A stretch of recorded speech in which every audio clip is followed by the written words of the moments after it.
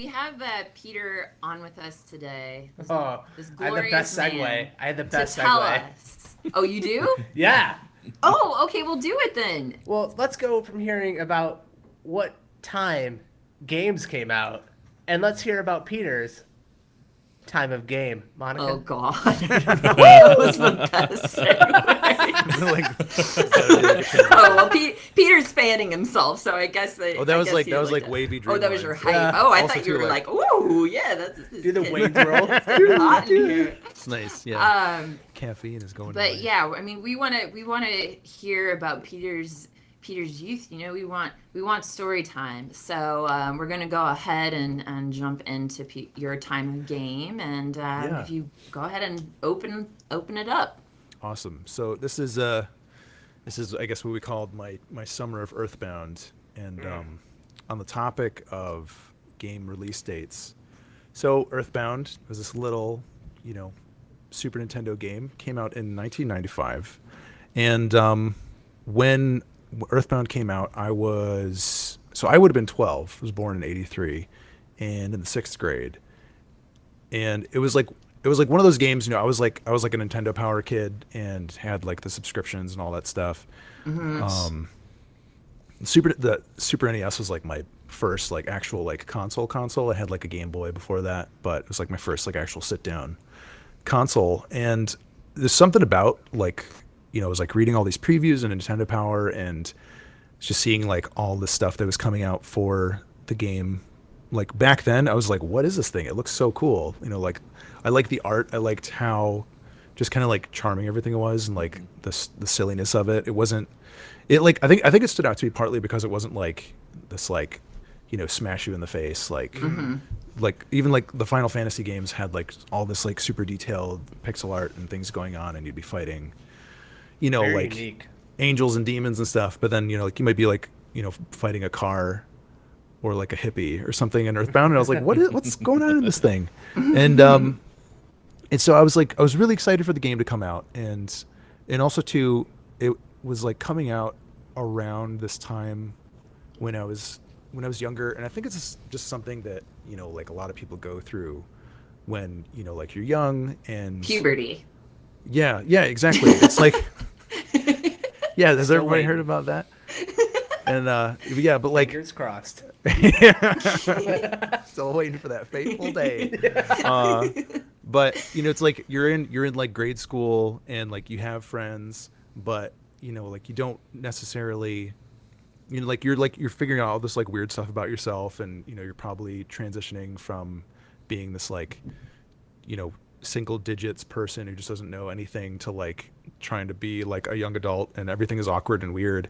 But also too, like, your friends are, figuring this out too. And like, everybody's kind of getting into like, their own kind of nonsense. And also too, it's like hard to figure out kind of where you fit in that too. And it was like this weird thing too, because I remember having, like my friends at the time, like now it's funny to me because like I've thought about this stuff for years, just as kind of like what everybody was like getting into. But like and now I'm looking at the numbers and I'm like, whoa, that is kind of like wild. It's like being 12 years old in 6th grade, and like, like friends of yours are like starting to get into drugs and stuff. Mm-hmm. And I'm like, and I wasn't necessarily like ready for that, but also You were a still I was narc. kind of, I wasn't a narc. No, I was I'm like, just kidding. yeah, but I was That's a like, smell. it was like, like your friends are doing this, but also too, I wasn't really ready to be like, peace out guys, I'm gonna go like hang out with my other friends that don't exist. Yeah. And it's like you're kind of like along for the ride, like it or not, or at least Yeah. I was.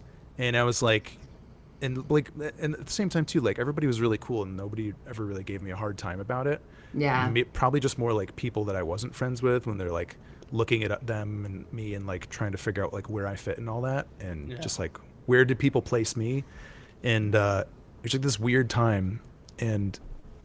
But like, so like Earthbound was coming out and I was really excited, really stoked. And I just like even remember going to like, it was like you'd get Super Nintendo games at Electronics Boutique back then. And I don't think that store even exists anymore. I think like the place in the mall where it would exist. All of us. Yeah, no, totally. So, but I was like, all right, cool. The game's coming out. It was like springtime, or I think it came out in the spring, just because I know this is like leading into summer, and you know, it like came in the giant box, and it had like the giant weird guide and everything inside of it, and there's all these like retrospective things that people have written too about Earthbound, as far as like how you know like all like the advertising was weird and bad and dumb, and you know it cost too much, and they shouldn't have put the book in there, and they shouldn't have done this or that. But at the same time, that's like what made it really special, because there wasn't anything else on the shelves like it, and you're like, it's like I'm bringing home this like box of like this game, and there's like a giant, you know, like starfish dude on the front, Yeah, and the like big what am I? dude. Yeah, like what am I getting myself into? And it was just like this like weird immersive lead up where like for months I'd been like reading about it and getting stoked by it, and it came with this like book that had like newspaper articles and like the dumb scratch and sniff cards and like all of like the clay models and art and such that came along with it. But it was just like all of those things, like all of the design, it was like, it's like, here's like, you know, how you can do like really awesome world building. And I just got totally immersed. And also too, like, you know, with all like the friends, social stuff, and just like being a grade school kid stuff happening too, you know, I was like pretty introverted when I was younger. I think I've kind of like grown past some of that, but it was like the start of summer, and I was like, okay, cool. I've got this new game. I'm going to play it, and you know, let's just see. And just for some reason in my mind, I was just in this mindset where I was like, yeah, I'll see like when my friends give me a call, and then we'll hang out in the summer. But in the meantime, I'm gonna like play some Earthbound, and we'll see how things go. And I'm just like getting into the game and like spending like days and, you know, like weeks at it. And I'm like, wait, yeah, like, let's see when everybody's gonna give me a call, because you know we probably want to go to the mall or something or hang out. And you're like kind of like get into this. It's this weird thing too, where I think I used to be like really stressed about like calling up my friends. When I was younger, I was just like really anxious about calling people on the phone, where I would like call them up, and if they like didn't answer, or I got like a busy signal, I'd be like, okay, I'll call again in like a minute, and then like try again, and it's just this like idiot little phone freak. So I think I was just like pre-caller ID too. Yeah, right. Yeah, like, so, just blind calling people. Thank God for that, because they would have been like, this dude's been calling us like crazy. Peter keeps calling me. I don't. Yeah. And hanging up. He must want to talk or something. He needs to say something. But I kept like checking in on sort of like how much summer has passed, and I was like, okay, it's been like 2 weeks, haven't seen anybody, but that's cool. Earthbound is great, and just gonna like hang out in my living room and like do that. And like I kept checking in. I was like, all right, it's been like a month. I haven't heard from anybody, but I'm sure everybody's busy or whatever. And it just like kept going, and like until the entire summer passed, and I didn't see any of my friends. No. Maybe they were playing Earthbound. Yeah, they weren't. But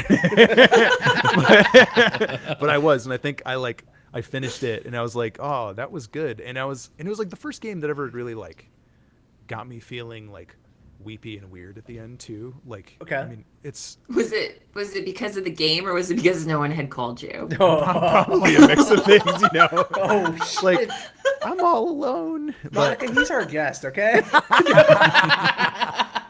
Oh, the slings and arrows. But you know, I mean, if anybody doesn't know like the ending to Earthbound, it's you just watch YouTube or something, look it up. But you know, like you're in this like weird scenario, and like again too, like there's been tons of stuff written about like Shigesato Itoi basing like all like the Geiga's dialogue about this like I don't remember the name of the movie, but that's the thing too. Like the crazy thing about like Earthbound fandom is people have like researched the shit out of this game like extensively. Yeah. And just there's just something about like Shigesato Itoi's approach to like writing stuff, and like a lot of that even just came through with like the localization. But it's like when he was a kid, he was like going to see movies, and he stumbled into this like adult movie with like a rape scene involving like a woman and like a police officer or something. And like the lines from the film are like things that like Gygas is saying while, you know, he's having this like meltdown, and he's like this like alien overlord who's trying to take over the earth. And also too, like the way you beat the game. And I never would have like known this stuff unless I was like studying the guidebook. And I just walked through the entire game. What? I didn't mind. But like the way you beat the game is like all of the characters like just defend, and like the girl in your party who's like the best psychic of them all, she just prays. There's like an option in her menu to like attack, defend, item, pray, and she just prays, and like, and you're just supposed to do that over and over and over again, and then like I'm like getting like neck tingles just talking about it, but like, and it starts like triggering all these like events and things where like you see like the girl's family in like Tucson, and they're like, her dad's like running around, and like the kids like at the daycare they work at, they're like, everybody's stressed out for a second, and there's like some dialogue, like it's like they thought they heard like Paula reaching out with her mind for a minute, and they had like, you know, they remembered you for a moment, and it's like it just goes through that, but that's like how you win. And then like, and it also has like, you like, you know, details aside, you like finish the game, and then also too you can like walk through the entire game world after you've finished, and almost everybody in the game has like new dialogue at that point, so you can like visit all like these towns that you'd been to, and it's just like you and everybody else in like your party is like gone home. So it's like, you know, even just like that narrative track, it has like really good falling action to, or like just resolution to all these things. But yeah, so it's like this like weird kind of tumbleweed of emotions, and like getting all this like kind of, you know, like intense like family stuff, you know, sentimentality and whatever. You know, like my parents are divorced too, so, and I think I was playing this game, you know, after they split up also. Sure. But so it's just like, and the game is like has a lot of just like family stuff. It's like you can call your mom, and if you don't call your mom, you get, you know, homesick, and like you never see your dad except like on the phone. And like my life wasn't like that. Like my dad moved, you know, like a couple blocks away to like our old house and whatever, and I would see everybody all the time, but still it's like just like processing this stuff. Sure. There's still a trauma that goes alongside that, or not even necessarily a trauma, but like a coping, and so it sounds like, you know, that immersion that you experienced that summer, I mean, that I'm sure the elements of Earthbound at least lended themselves to a somewhat contented summer, despite not getting calls from all of your it was little drug using buddies. It was like, and it's like, and I love those guys too, but like at the same time, it was like, I was like, this is escapism, and it was comfortable, and I like didn't have to go like you didn't put have myself to make into these phone like. calls. Or I didn't have to put myself in these like complicated situations and like deal with people where I was like, I don't Yeah. understand what you're doing, but I'm trying to be friends with you. But you know, I can just kind of like, real quick. You said like you were waiting for people to call you. Do you think you knew that they weren't going to call you, and like you found such an escape in Earthbound? You were like, I don't want people to call me. I don't want to hang out. I just want to deal with everything and escape into this game. Do you think that played a factor into it? I think like, you know, there has to be some of that to it, you know, and it was almost like, I think part of it too was like me kind of like playing chicken with my like social life and like friends or whatever. I was like, and this is kind of like the takeaway too, where I kind of realized, you know, from that summer, it's like you can't like wait around for people to like give you a buzz or whatever, and like phone works both ways, you know, like that metaphor, you carry it through life. But I was like, I like wanted them to reach out, but also I was kind of like, it was like kind of like me just taking measurement and like stock of the situation in a sense, where I was like, you know, like what am I to like these people, you know, and like, but like these are like my only friends really at the time. So it was like, you know, like it was kind of like, all right, this is how deep the water is, and this is how, you know, deep it goes. But like, and maybe I was even just like thinking about it way too much for being, you know, freaking 12, you know. I don't know. It's because everybody else was just chilling, and that was, and like, you know, summer ends and like I get back to school and I like see everybody and I'm like, hey guys, how's your summer? What'd you do? Did you like do stuff? And they're like, no, we didn't really do anything. And I was like, all right. So everybody's just sitting around wondering when people were gonna call them. Yeah, and it's like that's not like, that couldn't have been the case or whatever. But you think if you like partied more and like did drugs, they'd been calling you? Probably, or just because like, you know, it'd be like getting into the thick of it more. And but even then too, that was like, and again too, that was sort of like the all right, like ding ding ding ding ding, like I can't, like I felt whatever happened like that summer, it's like I don't want to do that again. You know, like no matter who I'm spending time with or who I'm trying to like be friends with, I need to like press that button and just like be a botherer for a while until they like until like people start including me in on stuff. Yeah. And there's like the next summer or like anytime there was like a break or weekends or whatever, I'd be like calling people up all the time, be like, hey, what's gonna happen? And I was like organizing stuff. I was like calling multiple people. I was like, all right, you're free. What do you want to do? Let's go do this. Like, what do you think about this? And I was like organizing it between people, and like everybody was kind of joking. They're like, Pete, you're like getting real pushy, man. But this is like, and then like they like Pete the pusher. Yeah, the friend pusher. That's But I remember college. they like thanked me about it afterwards. They're like, we wouldn't have seen each other as much if it wasn't for you. And I was like, well, I didn't want to do that again. So Yeah. This is like, just let's get together. It's like it's young life lessons in a way, you know, it's where like you have cell to phone. right. Well, you have to put effort into relationships, even as adults. You know, Yeah. that's one thing I'm awful about as an adult is just remembering outside of everything else I have going on that I have friends that I don't that I live in different states that I need to reach out to every once in a while because I do care about them. But you know, things just slide and then you suddenly realize that you have totally lost touch with people that meant something to you, you know? Yeah, and it's and sometimes, you know, that like happens naturally, and you know, Oh yeah. everybody is kind of comfortable with the situation that, you know, that took place, but you know, at the same time, it's like you're like no matter what kind of like weird stress you had at the time, and you know, everybody's dealing with like their stuff at whatever point in time of their life that they're dealing with it, and you know, like young people more so.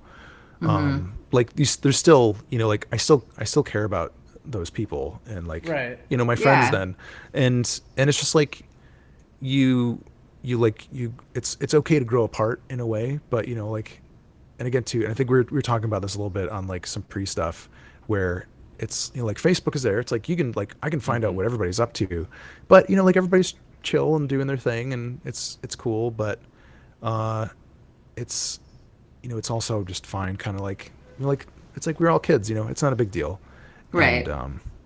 And it's hard to, because, and I think all of the stuff that you go through when you're, you know, like a teenager and you're like at your weirdest, or you're like just trying to figure it out, at least for me, I feel like some of my takeaways from that kind of just made me really intense in, you know, like college or whatever, where I was like, just I was probably like not an easy person to be around and kind of a pain in the ass, because I was just like super critical of people that, you know, would have been getting into like some of that stuff, and I've like, I think I've chilled out a lot more since then, and I also wish I like could go back to like ages past and just be like, dude, relax, you know, like people are gonna do their thing and you can do your thing, but you don't have to, you know, like you don't have to be like, you know, like a roommate cop about it or whatever. Right. But Yeah. you know, it's definitely weird because I'm a firm believer in life that like you really don't get to pick your friends in life. yeah, Like they kind of surround you, and I was in a similar boat with you where like in high school I hung out with like a lot of drug users and, you know, people who like partied and did all that, and I didn't fall into it until like later in my life, but I definitely can connect with you like because they're going, like they would like go and do drugs all the fucking time, and like I would go and play Chrono Trigger instead, you know what I mean? yeah. So I find that fascinating as gamers, how much we use video games to escape these situations we don't want to be a part of, but then we excuse it like, no, I'd rather play this game instead. Yeah. Yeah. And it's just, we really it's don't an want to outlet. address. Yeah, we don't want to Yeah. address what we really don't want to do. Instead, we turn into something like, oh no, I want to play this game. That's why I'm doing this. Yeah, and I remember too, like it was weird and interesting too, because you know, like I always, or just like drug stuff and drug stories, it still always like fascinates me, like as far as like the weird viscera, or like the stuff that comes out of, you know, what literally happens, or like what do people see, or like what's, you know, like what goes on, and like all this stuff like or even just like physiologically, like people that do meth, like this happens, like everything caves in and whatever. I'm just like I want to read about it and like understand it and wrap my head around it, because like when I was a kid too, I think my parents were probably just like trying to prime me against like getting into some of this nonsense, where they would like I remember my mom would tell me like the craziest stories. She's like, to never do LSD, because like if you do, you like once upon a time somebody did LSD and they thought they turned into an orange and everybody was trying to squeeze them and they went crazy. Yeah. And I was like, don't worry, Mom, I'm just gonna play Earthbound. Yeah, it's like I don't want to be like a juice man. That's crazy. Yeah. This giant in Earthbound, he did drugs. Yeah. But it's like, but they would like tell me all these like, kind of like over the top stories, or you're like how do you tell your kids like drugs are bad and not cool, and like I don't know, by telling them absurd stuff, and you're just trying, when like your parents' generation, like they're probably doing the same stuff too, and it's like they probably know it firsthand, like how weird or how like deep that stuff goes. But there's like the 90s were such like, it was like everything was like DARE and like drug abuse resistance education and like everybody's dungarees. Don't have drugs in your dungarees or you're like in trouble, mister. And did you start doing drugs when you got older? I've like just gotten Jesus, Brian. Brian's the narc. No, it's okay. I'm not. And who did you do these drugs with, sir? Oh my gosh! Well, an orange. And, I mean, it's like I think it's just part of like you. That's like getting older. And it's like being 30 or so. It's like like try something. It's okay. It doesn't have to like define your life. It's not gonna be like a grand deal breaker. But it's not like a regular thing. But it's like, well, every now and then. It's like people do what they do. But yeah, I don't know. Would you go back, so to kind of wrap up, I guess, that summer, looking back at it, you lived it, and would you go back now and change that, or is that a positive memory for you, do you feel? Yeah, it's like, I don't really like thinking too much about what I'd go back and change, but just thinking about things and like trying to take estimation and stock of what those things were, because I don't know, there's like so many things in my life that like, it's like, if I did this, I could have done that, this or that, but it's like, I'm here. It's like, this is where I am right here. And like, this is how I got here. And maybe there's like some lesson to take from, the getting there, but I probably wouldn't have, if I would have changed anything, it's like maybe I would have just been calling people up a little bit more, or like trying to be more proactive sooner. But even then too, it's like, maybe I needed like a summer to chill out and not, not bother and not be bothered. Right. But because I mean, it completely changed your dynamic later on. So, I don't know. And it's like, sure. I still think about it. It's, still kind of something that I like carry with me and take with me. But just like trying to figure out what was going on then. Along those same lines, and specifically almost, how was your time in Earthbound and even that summer? Did it have any kind of impact on your game design and development now? Like, an influence? That's like the thing too. And my good friend Tom he's always like saying to me, like, he's like looking at my stuff and he's like, man, like Earthbound had like such a big impact on you as far as like the sense of humor, or just like the way like characters get designed, or just like how to approach pixel art, where I think it was like, to me, I still look at it and it's like almost like a template for a game that, like a dream game that I would love to make sometime. And I think there's a lot of people in like the indie scene that are sort of making these, there's like a handful of these like Earthbound likes that are kind of coming out, or have come out, or like are in the process. And it's like, maybe, it's a little, it's a derivative thing, but at the same time, like I look at that and I would love to make an RPG at some point that has, a similar look and feel and tone, but I know it would be like its own thing, but there's like something Undertale is there where exactly. It like touched heavily on elements from that game and its style, but really owned its own narrative. Yeah, there's Undertale is super good. There's another one that's I have to like open up a tab. It's like Memori or something. They did a Kickstarter for it, and or it's like, I don't know, not that. It's like by this group called OmoCat. Sure. OmoCat. Look it up. Yeah, but they've got one in the works too that looks really, really nice and kind of just like gentle and cool, but I think it's also supposed to be kind of like a horror game.